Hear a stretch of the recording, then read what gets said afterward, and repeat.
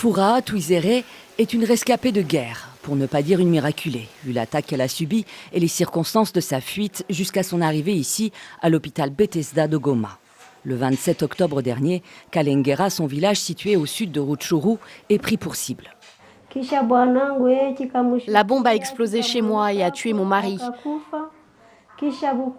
Il est mort, mais moi je m'en suis sortie avec beaucoup de blessures sur la jambe droite à cause des éclats. La Croix-Rouge locale a essayé de m'emmener à l'hôpital, mais personne ne voulait me soigner, car les infirmiers étaient aussi en train de fuir. La jeune femme a une fracture au fémur. Elle est aussi enceinte.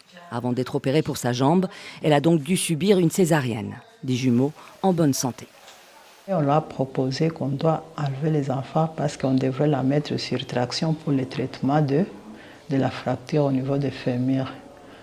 Mais quand je parlais avec elle, elle était déjà consciente que son mari était mort lors de l'incident, mais ce qui restait sa grande force ou bien sa grande préoccupation, c'était ses enfants. Quel était le sort de ses enfants? Foura et ses enfants sont pris en charge gratuitement, comme tous les blessés civils, les cas les plus graves victimes du conflit qui arrivent ici. Mais ils sont peu nombreux, à peine une dizaine en un mois. Nous avons les informations qu'il y a des blessés dans la zone de conflit, mais qu'ils n'arrivent pas de passer le front line pour arriver ici. Nous avons aussi reçu des informations qu'il y a deux structures de santé qui ont été pillées. Rachel, elle, a été attaquée à la machette samedi dans le camp de déplacés de Kanya-Rushinya, dans la périphérie de Goma. Le bloc où elle est opérée a été installé par la Croix-Rouge il y a 10 ans, au moment de la première insurrection des rebelles du M23.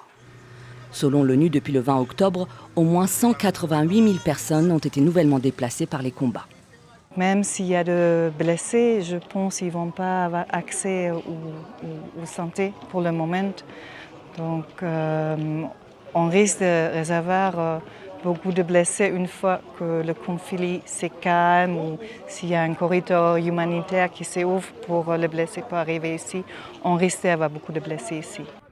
En dépit des appels à déposer les armes, les rebelles du M23 poursuivent pour l'heure leur offensive le long de la route nationale 2 qui mène à Goma, notamment dans la zone de Kibumba, à une vingtaine de kilomètres de la capitale provinciale.